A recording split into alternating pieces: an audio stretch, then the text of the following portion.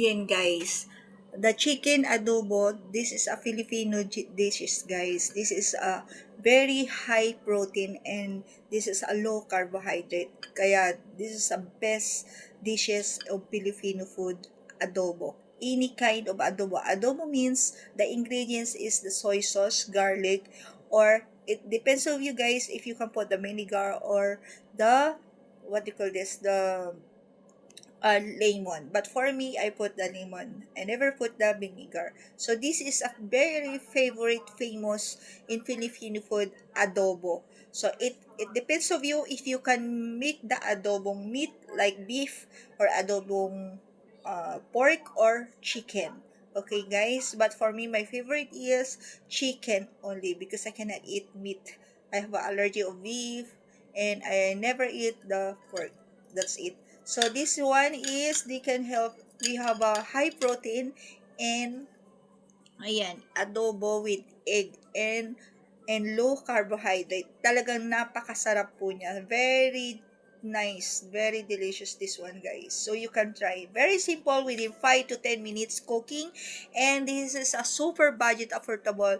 At least 10 to 15 reals. You can buy the one pack of chicken wings and that one sometimes 8 reals, sometimes 10 reals and you can buy the 2 pieces of egg. It depends on you if you can put the boiled egg also. But it's gonna fine if only plain adobo, only soy sauce, vinegar, and chicken wings. It's okay that one. It depends on you what do you want to cook. But for me, I want the highly protein about egg, boiled egg. So that's why I put the boiled egg. So this is the adobo, meaning adobo is the best, no? Only you can put the soy sauce and vinegar. Ayan, guys. So, we have a 2 dishes within 15 reals. Why 15 reals? Because I add the tomato. Tomato, you can make it, you can buy 2 reals, but this one, I put the 3 pieces, so make it 5 real ganyan kasi mahal ang tomato. So, that's why I compute this one all in on maximum 15 reals. Yan, 2 dishes. So, you can try to all the solo mother OFW, the tipid budget meals, super tipid budget meals, no? At least you can save the at least 50% or 20%. It depends of your budget to yourself, guys. At may baon pa kayo to your work. Meaning, you can bring in your work for lunch, no? So, this one ay yung tinatawag na, if you can put the tomato sauce, this one they call in Filipino dishes is minodo, chicken minodo. But I put the fresh tomato, so that's why only soy sauce with the tomato. I put the 3 tomato of this one and carrots and potato. Ayan. So dapat pinray ko pa ba I don't have a oil. So for now, we can put at least 1 cup of water and this is a sauce, no? Sauce of fresh potato. Fresh tomato. Napagbaliktad na ng lola mo. So, they call this one in Filipino dishes is like minodo. Okay? If you put the tomato sauce, you see the canned tomato. If you put that one, they call in Filipino dishes is minodo. Ayan. So, sa mga mami, sa mga OFW na solo mother, kung nagtitipid po kayo, and solo mother in the Philippines also, the 15 reals equivalent to, pagpalagay nyo na lang 10 ang palitan, 150. So, kung 15 ang palitan, almost 185 pesos. Ayan. So, sa 185 pesos, depende po sa inyo kung paano nyo ibabudget at iluluto na makakadalawang dishes po kayo. Ayan guys. So pagpalagay na natin ang 1 egg here is 50 cents. Pagpalagay na natin 1 real, so 2 real na yung egg, 2 real na yung dalawang peraso lang na tomato ang nilagay ko. Ang potato ko dalawa at 3 pieces of tomato and 8 or 10 reals na yung 1 pack of wings, no guys? So, magkano na yung pagpalagay mo na lang na 10 reals na lang yung 1 pack of wings is nasa 150 ka mo na lang. Tapos, tig tutorial na po yung all vegetables ingredients. Ayan. So, Mino super budget meals, 10 to 15 reals lang po. Pag magluluto na ako ng mga 20 to 50 reals, napakasarap at ang dami ko na pong maluluto po niyan, guys. So, i-challenge natin ang sarili natin. So, ganun po katipid ang ating, ang iyong lola. As a OFW, you must be save your money. Okay, guys? So, let's go, guys. Let's eat, guys. Ayan. So, we have minodo and adobo. And this is a Filipino dishes. Next, and up next na iluluto ko, let's see, this coming in, I will try to cook the chicken biryani or mutton biryani rice. Ayan. So, magluluto ko, magta-try ako magluto. Sana makabili tayo ng mga ingredients. Ayan. If they have my friends to request to cook, please comment down below. May nag-request na sa akin na magluto ako ng biryani rice. Okay, let's see.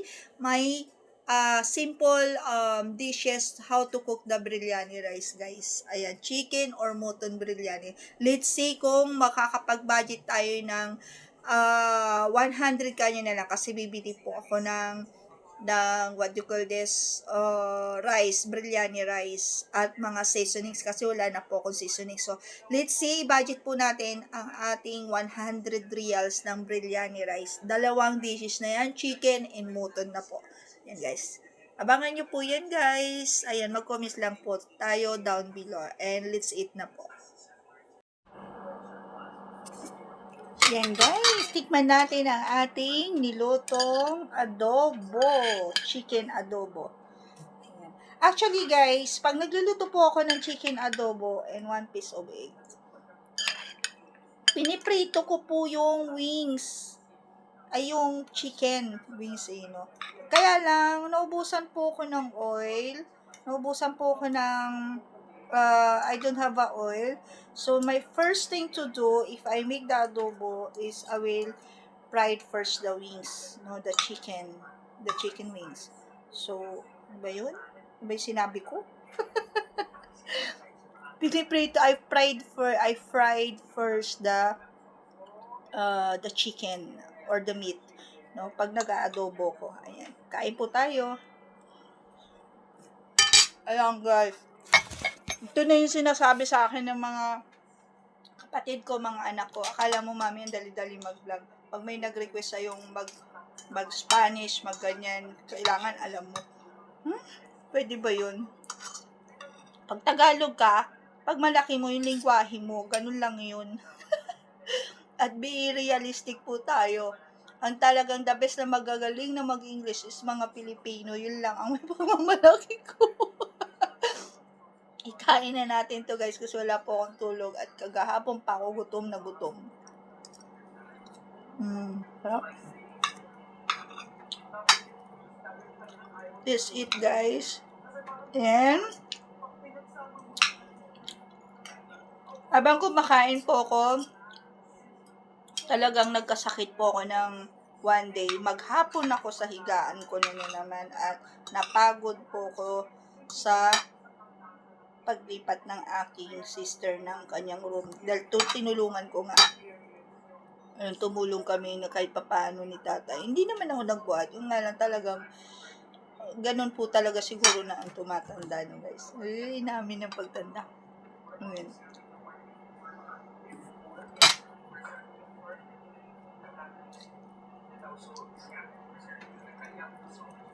Kasi, kaya ko naisipang iluto na yung buong pack kasi matagal na sa fridge. Doon sa kabila, niisip ko lang yung expiry date ng food. So, kanina namumula na siya, tapos iba na yung ano niya, yung amoy niya. So, ginawa ko, pinakuluan ko muna. Sayang naman kung itatapon. Meron pa akong pinaka-picho, yung breast ng manok. Ando doon, gusto ko siyang gawing chicken pastel. So, ngayon, wala pa akong oil.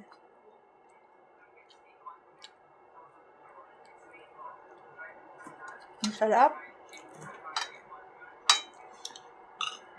I make it the chicken pastel, no?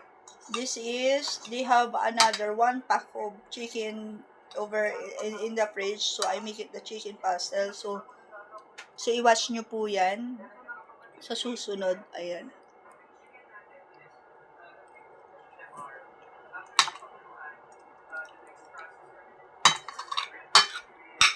At sa susunod guys, pakita ko po sa inyo kung paano gumawa ng chicken nuggets. Nagawa ko na yun one time. Or chicken inasal. Kung mayroon lang ako mga condiments. Actually guys, honestly, I love cooking because I have a business before, a year ago, no? I have a restaurant in the Philippines. So, I'm the one, a chef cook. Pinag-aralan ko ang pagiging chef cook when I work in Malaysia and of course in Singapore.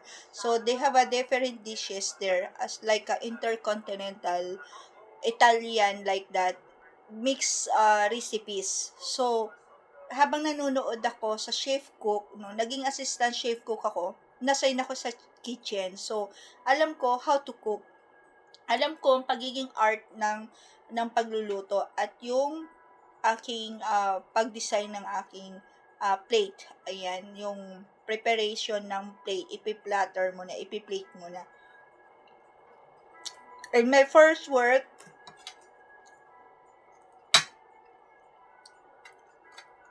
talagang related ako sa to manage the restaurant. Ever since when I was from 21 up to 25 years old. So, I handled the one of the best Chinese restaurant in Philippines, in Manila.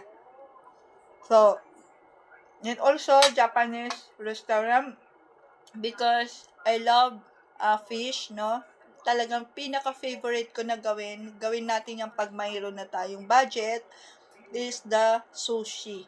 Ayan. So, talagang gumagawa po ako ng different na sushi. Kung mayroon lang ako talaga, ang talagang hindi ko lang gaano na pag-aralan is yung different sauce ng sushi. Ang alam ko lang is nasa soy sauce lang yung teriyaki sauce lang ang aking alam na ano. Pero mayroon different sauce ng sushi. Ayan. So, tikman naman po natin yung potato, chicken, ayan o. May carrots. Ayan. Kung napapansin niyo guys, wala pa si sir kasi ayan, pinaghain ko na po siya eh. Siguro nag-overnight yun or masama ang pakiramdam kaya hindi siya. Tikman natin tong chicken guys. Ayan. Ang dami oh.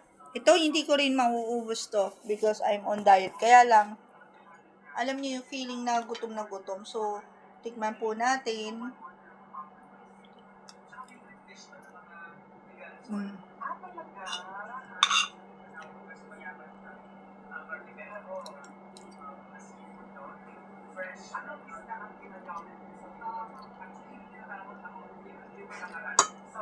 Actually, ang pinaka-favorite dishes to cook, no? Sa buong buhay ko na naluto.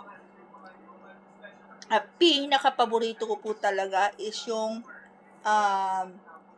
yung what do you call this? Lapu-lapu na escabeche. Ayan. At yung adobong ano ba tawag doon? Yung mga kakaibang exotic food like adobong palaka. Yan. Adobong palaka, like adobong frog, like that. So, ang weird, no? Saka yung ararawan sa Ilocano, yung parang cricket na, na adobo yung sinasangag, ganon. I love in Singapore, I cook also the chicken rice and yung Peking duck na na pato na ano matawag dito na fried, no? And also In Philippines, I want yung ginataang gabi at pakbet. Ang sarap, grabe. Namimiss ko na yung mga niluluto ko before. Bupis, dinakdakam. Dati maalat akong mag timpla, but nung napag-aralan ko in Asian countries, ang mga napasukan ko mga restaurant is natuto na po ko, lalo na yung mga sizzling, ayan.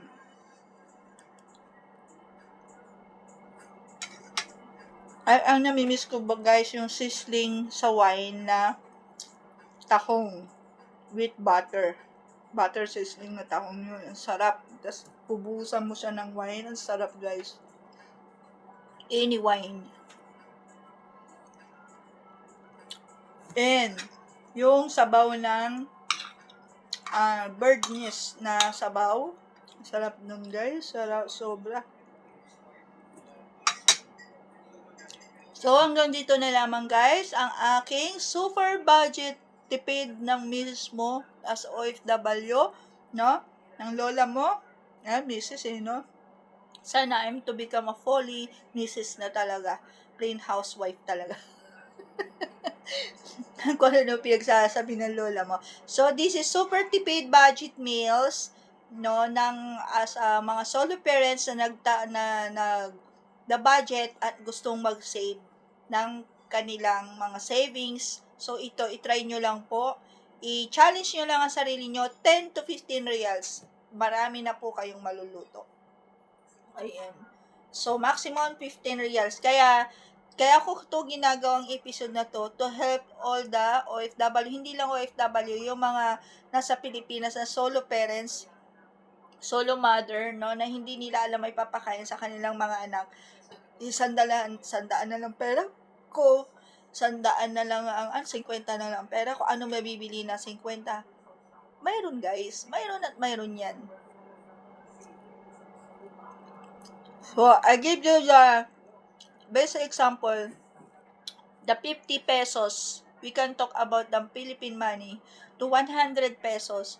Kung talagang marunong kayo at practical kayo sa buhay, marunong kayo makontento sa buhay, you can buy the vegetables. Igisan nyo sa sardinas or lagyan nyo ng sauce. Ngayon, kung wala pa yan, at ayaw ng mga anak nyo, bumuha kayo ng mga malunggay, talbos ng kangkong, talbos ng kamote, and then sahugan nyo ng any kind to sauce. Ayan, kagaya ng ginawa ko. Kamatis, ginawa ko siyang sarsado, wala kayong pang sarsado na incans.